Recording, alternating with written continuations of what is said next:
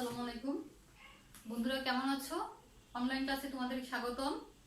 আমি আশা করব তোমরা প্রত্যেকেই অনলাইন ক্লাসগুলো খুব ভালোভাবে পর্যবেক্ষণ করছো, সেই সাথে বাড়িতে বসে তোমাদের পড়াশোনা খুব ভালোভাবে চালিয়ে যাচ্ছ।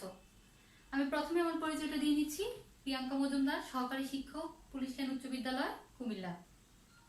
বন্ধুরা, এসএসসি পরীক্ষার্থীদের জন্য বলছি, তোমাদের জন্য আজকে আমি খুব গুরুত্বপূর্ণ একটি ক্লাস নিয়ে হাজির হয়েছি। সেটা হচ্ছে বাংলা দ্বিতীয় পত্র মধ্যে ব্যাকরণের মধ্যে সমাস অধ্যায়টি নিয়ে। আমরা ছোটবেলা থেকে সবাই মোটামুটি শুনে এসেছি সমাস পড়তে নাকি 6 মাস লেগে যায়। আসলে কি ঠিক? না বন্ধুরা, ভালোভাবে বুঝে শুনে পড়াশোনা করলে, অনুশীলন করলে অবশ্যই 6 মাস লাগবে না।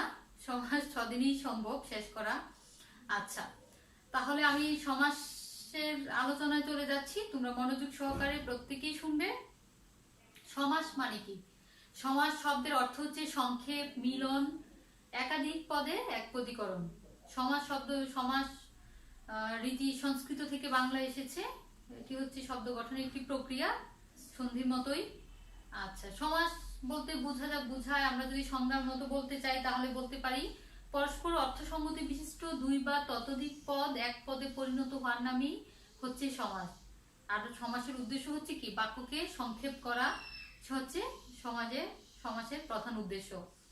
বন্ধুরা, সমাসের খেয়াল করে দেখো, সমাসে কি থাকবে? দুই বা ততোধিক পদ এক পদে পরিণত হবে, অর্থাৎ দুটো পদ একসাথে মিলন ঘটলে বিভক্তি লোপ পাবে। সমাসের মধ্যে দুটো পদের একসাথে মিলন ঘটলে বিভক্তির সাথে সাথে দেখা যায় নতুন অর্থবোধক শব্দ সৃষ্টি হবে। সেই সাথে সব বাক্যের মধ্যে শব্দের ব্যবহার সংক্ষেপ হবে।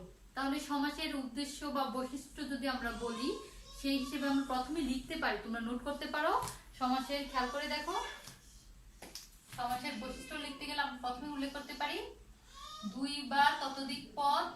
দুই বা ততোধিক পদ এক পদে পরিণত হয়, ঠিক আছে? সেই সাথে সমাসের নতুন অর্থবোধক শব্দের সৃষ্টি হয়। নতুন অর্থবোধক শব্দের, সমাসের মাধ্যমে নতুন অর্থবোধক শব্দের সৃষ্টি হয়। সেই সাথে আমি আবার লিখতে পারি বৈশিষ্ট্য হিসেবে নতুন বিভক্তি লোপ পাবে। একাধিক পদের মিলনের ফলে বিভক্তির লোপ হয়। সেই সাথে বাক্যে শব্দের ব্যবহার কি হবে? সংক্ষেপ হবে। বাক্যে ব্যবহার সংক্ষেপ হবে। বাক্যে খেয়াল করে দেখো, শব্দের ব্যবহার, বাক্যে শব্দের ব্যবহার সংক্ষেপ হবে, ঠিক আছে? আচ্ছা, সমাস এই গেল আমার সমাসের কি উদ্দেশ্য বা বৈশিষ্ট্য। বন্ধুরা, প্রত্যেকে তোমরা নোট করে নিতে পারো। আচ্ছা, সমাস খেয়াল করে দেখো, সমাসের প্রতীতি কয়টি? আমরা সমাস নির্ণয় করতে গেলে আমার প্রতীতি সম্পর্কে জানতে হবে। প্রতীতি তোমরা নোট করে লিখতে পারো। সমাসের প্রতীতি হচ্ছে কয়টি? সমাসের প্রতীতি হচ্ছে 5টি। যেমন সমস্ত পদ, উত্তর পদ বা পর পদ, পূর্ব পদ, ব্যাস বাক্য যেটাকে আমরা বিগ্রহ বাক্য বলে থাকি, ঠিক আছে? ব্যাস বাক্য অথবা বিগ্রহ বাক্য, সমস্ত পদ, সমস্যমান পদ, পূর্ব পদ, উত্তর পদ। তাহলে প্রতিটি 5টি আমরা একটু নোট করে নেই। 1 নাম্বার কি হচ্ছে বলতে পারি? ব্যাস বাক্য। 2 হচ্ছে পূর্ব পদ।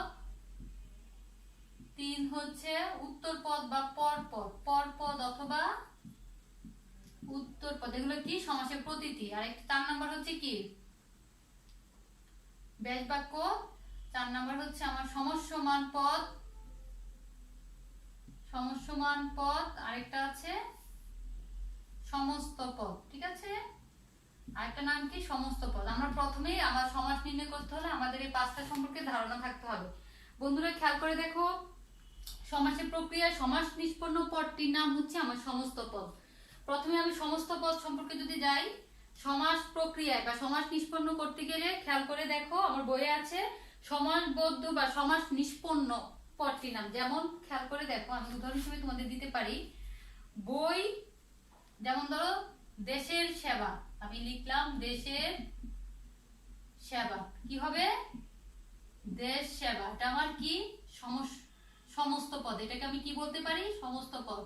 যেমন সমাস প্রক্রিয়ায় সমাস নিষ্পন্ন, খেয়াল করো, সমাসের প্রক্রিয়ায় সমাসবদ্ধ বা সমাস নিষ্পন্ন পদ, এই দেশের সেবা, এই সবটাকে আমি কি বলতে পারি, এটাকে বলতে পারি আমি বেশ বাক্য। ঠিক আছে, এটার নাম কি, বেশ বাক্য। তাহলে আমি প্রতিটির পাদ একটা পেয়ে গেছি, বেশ বাক্য। দেশের সেবা মানে দেশ সেবা। খেয়াল করো, সমস্ত পদকে ভেঙে যে বাক্যাংশ পাওয়া যায়, আমার এখানে দেশ সেবা হচ্ছে সমস্ত পদ, একে ভেঙে আমি যে বাক্যাংশ পাবো, যেমন দেশ সেবাকে ভাঙলে আমার কি হবে, দেশের সেবা।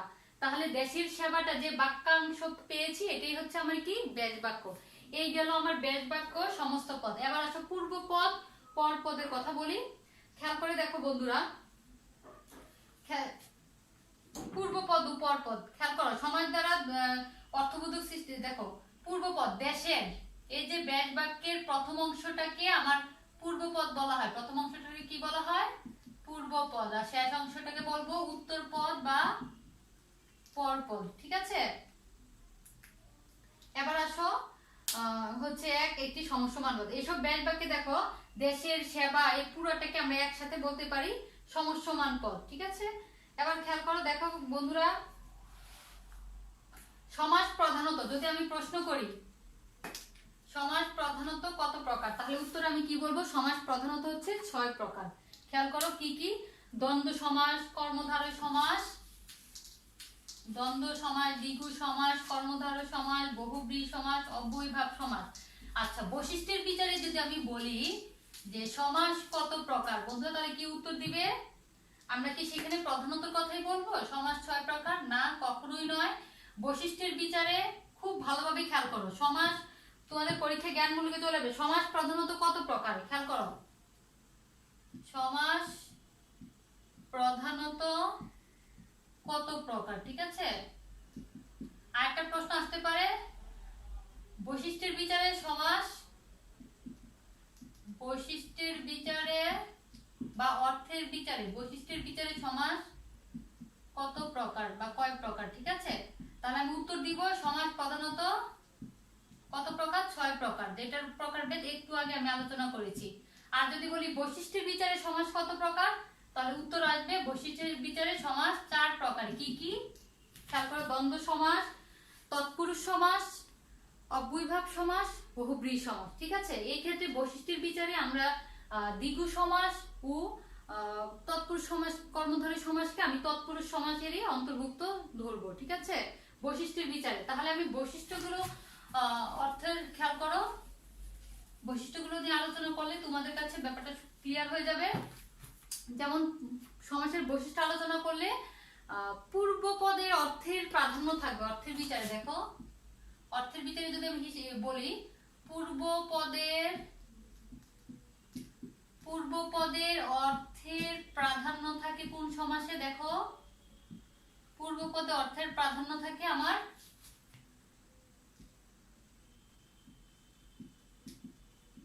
অব্যয়ীভাব সমাসে। আচ্ছা, পূর্বপদ। পরপদের অর্থের প্রাধান্য থাকে কোন সমাসে, খেয়াল করে দেখো, তৎপুরুষ, কর্মধারয়, আরেকটা হচ্ছে কি দ্বিগু, আরেকটা হচ্ছে উভয় পদের অর্থের প্রাধান্য থাকে, উভয় পদের অর্থের প্রাধান্য থাকবে কোন সমাসে, দ্বন্দ্ব সমাসে। ঠিক আছে, আর কোন পদের অর্থের প্রাধান্য না থেকে নতুন অর্থের অন্য কোন পদকে বা নতুন অর্থের সৃষ্টি করলে, কোন পদের অর্থের প্রাধান্য না থাকলে সেটা হচ্ছে আমার বহুব্রীহি সমাস। কোন পদের অর্থের প্রাধান্য না থাকলে, কোন পদে অর্থের প্রাধান্য না থাকলে সেটা হচ্ছে আমার বহুব্রীহি সমাস। ঠিক আছে, এবার খেয়াল করো বন্ধুরা, আমি প্রথমেই বলছি প্রত্যেকটি সমসমান পদের অর্থের প্রাধান্য থাকবে বা উভয় পদের অর্থের প্রাধান্য থাকবে আমার দ্বন্দ্ব সমাসে। এই আমার 1 নম্বর দ্বন্দ্ব, 1 নম্বর। ঠিক আছে, আমি 1 নম্বর দিলাম একটা। কোন পদের অর্থের প্রাধান্য থাকবে না, সেটা হচ্ছে কি আমার বহুব্রীহি সমাস। এই হচ্ছে আমার দুইটা অর্থের বৈশিষ্ট্যের বিচারে। আর হচ্ছে পরপদের অর্থের প্রাধান্য থাকবে কি, 3টা একসাথে, তৎপুরুষীয় পরপদের অর্থের প্রাধান্য, কর্মধারয় তৎপদের অর্থের প্রাধান্য থাকবে, দ্বিগু সমাসেও তৎপদের অর্থের প্রাধান্য থাকবে, এই হিসেবে আমি বলতে পারি পরপদের অর্থের প্রাধান্য হিসেবে একটা তিনটা, সেটা হচ্ছে আমার কি তৎপুরুষ সমাসে দেখবো আমরা, ঠিক আছে। কর্মধারয় দ্বিগু।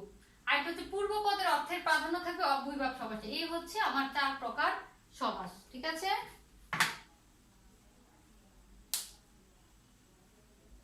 এদিক থেকে আমরা বলতে পারি অব্যয়ভাব সমাস, তৎপুরুষ সমাস, দ্বন্দ্ব সমাস, বহুব্রী সমাস, এটা 4 প্রকার সমাস। তাহলে বন্ধুরা আমরা প্রথমে আজকে আলোচনা করব দ্বন্দ্ব সমাস নিয়ে। আচ্ছা, দ্বন্দ্ব সমাস হচ্ছে যে সমাসে প্রত্যেকটি সমসমান পদের অর্থের প্রাধান্য থাকবে সেটি হচ্ছে আমার দ্বন্দ্ব সমাস। যেমন তাল ও তমাল, তাল তমাল দুটোর অর্থের প্রাধান্য আছে। দোয়াত ও কলম, দোয়াত ও কলম, প্রতিটি অর্থের প্রাধান্য থাকবে আমার দ্বন্দ্ব সমাসে। দ্বন্দ্ব সমাসের আরো কিছু প্রকারভেদ আছে, খেয়াল করো। মিলনার্থক, বিরোধার্থক, তারপর খেয়াল করো বিপরীতার্থক, অঙ্গবাচক, সংখ্যাবাচক, সেই যে দুটি ক্রিয়া যুগে, দুটি সর্বনাম যুগে, দুটি বিশেষণ যুগে, ক্রিয়া বিশেষণ যুগে, দুটি বিশেষণ যুগে, এগুলো হচ্ছে দ্বন্দ্ব সমাসের প্রকারভেদ, ঠিক আছে। অলুক দ্বন্দ্ব আছে, যে দ্বন্দ্ব সমাসে কোনো সমসমান পদেরই বিভক্তি রূপ পাবে না, এটাকে আলোচনা করবো, তাকে অলুক বলে। অলুক মানে হচ্ছে কোনো রূপ পায় না, সেটা হচ্ছে অলুক দ্বন্দ্ব। যেমন দুধে ভাতে, দুধে ভাতে, দেশি বিদেশে, দেশে বিদেশে, যেমন দুধে ভাতে, এখানে এ বিভক্তি আছে দুধে, ঠিক আছে। খেয়াল করো আমার ব্যাস বাক্য হচ্ছে দুধে ভাতে, দুধে ভাতে, ঠিক আছে। এখানে খেয়াল করো দুধে, এখানে এ বিভক্তি মানে সপ্তমী বিভক্তি আছে, আমার এখানে কিন্তু বিভক্তি লুপ হয়নি, এখানেও এ আছে, তাই না। সুতরাং আমার যেহেতু ব্যাস বাক্যে যে বিভক্তি আছে, আবার সমস্ত পদে একই বিভক্তি আছে, সেই কারণে আমি বলবো যে এটা হচ্ছে অলুক দ্বন্দ্ব, ঠিক আছে। খেয়াল করো বন্ধুরা, এখান থেকে গুরুত্বপূর্ণ হচ্ছে বিরোধার্থক, দা কুমড়া, আমরা জানি এটা বিরোধার্থক দ্বন্দ্ব। ওহি নকুল, সাব্যেজি সম্পর্ক, স্বর্গ নরক, একেবারেই কি এগুলো বিরোধিতার্থক। আবার বিপরীতার্থক দেখো, আয়, আয়ের বিপরীত কি ব্যয়, ঠিক আছে। ছোটর বিপরীত হচ্ছে বড়, এগুলো হচ্ছে বিরোধিতার্থক দ্বন্দ্ব। অঙ্গবাচক, হাত পা নাক কান, এগুলো তোমরা সকলেই জানো অঙ্গ। সংখ্যাবাচক, সাত পাঁচ, এগুলো সংখ্যা, আমরা সকলেই জানি। দুটো ক্রিয়া বিশেষণ যুগে যদি ধীরে সুস্থে, খেয়াল করো এগুলো ক্রিয়া, ঠিক আছে, আগে পাছে ক্রিয়ার সাথে বিশেষণ যোগ করে। আবার খেয়াল করো দুটো সর্বনাম, যা তা, যথা তথা, তুমি আমি, এগুলো হচ্ছে দুটি সর্বনাম পদের বিশেষণ যোগ করে হয়েছে। তাহলে আমরা প্রত্যেকেই সমার্থক। হাট বাজার, খেয়াল করো হাট যা, বাজারের অর্থ তা, ঘর দুয়ার একই কথা, কল কারখানা, এগুলো হচ্ছে সমার্থক শব্দ যুগে, ঠিক আছে। প্রায় সমার্থক আছে। কাপড়, কাপড়ের সমার্থক হচ্ছে চুপর, কাপড়ই বুঝি, ঠিক আছে, কিন্তু একদম সমার্থক না এগুলা। পোকা মাকড়, পোকারের একটি প্রকার হচ্ছে মাকড়, দয়ারই একটি হচ্ছে মায়া। সুতরাং এগুলাকে আমরা বলবো প্রায় সমার্থক। কি বলবো? প্রায় সমার্থক সহযোগে দ্বন্দ্ব। আচ্ছা শিক্ষার্থী বন্ধুরা, তাহলে খেয়াল করো এই গেল আমার দ্বন্দ্ব সমাস। আমরা এখন আলোচনা করব খুব গুরুত্বপূর্ণ একটি সমাস, আমরা দ্বিগুটা নিয়ে আলোচনা করি। কর্মধারা নিয়ে আমরা পরবর্তী ক্লাসে আলোচনা করব, এটা অনেক একটু তোমাদের বিস্তারিত আলোচনার জন্য আমি বলছি। তাহলে আমরা দ্বিগু সমাসে চলে যাই, ঠিক আছে। খেয়াল করে দেখো দ্বিগু সমাস, সমাহার বা মিলন অর্থে সংখ্যাবাচক শব্দের সঙ্গে বিশেষ্য পদের যে সমাস হবে সেটাই হচ্ছে আমার দ্বিগু সমাস। দ্বিগু সমাস নিষ্পন্ন পদটি কি হবে? বিশেষ্য পদ হবে। তাহলে আমরা খেয়াল করতে হবে দ্বিগুর ক্ষেত্রে সবসময় কি হবে? সমস্ত পদটি বিশেষ্য হবে, অর্থাৎ নাম বোঝাবে কোনো কিছুর। খেয়াল করো আমরা দ্বিগু সমাসটা নিয়ে এখন আলোচনা করছি। দ্বিগু সমাস, দ্বিগু সমাস তাহলে সমষ্টি বা মিলন অর্থে সংখ্যাবাচক শব্দের সঙ্গে বিশেষ্য পদের যে সমাস হয় তাকে দ্বিগু সমাস বলে। দ্বিগু সমাসের পদটি আমরা বৈশিষ্ট্য হিসেবে বলতে পারি দ্বিগু সমাসে সমসমান পদটি বা সমাস নিষ্পন্ন পদটি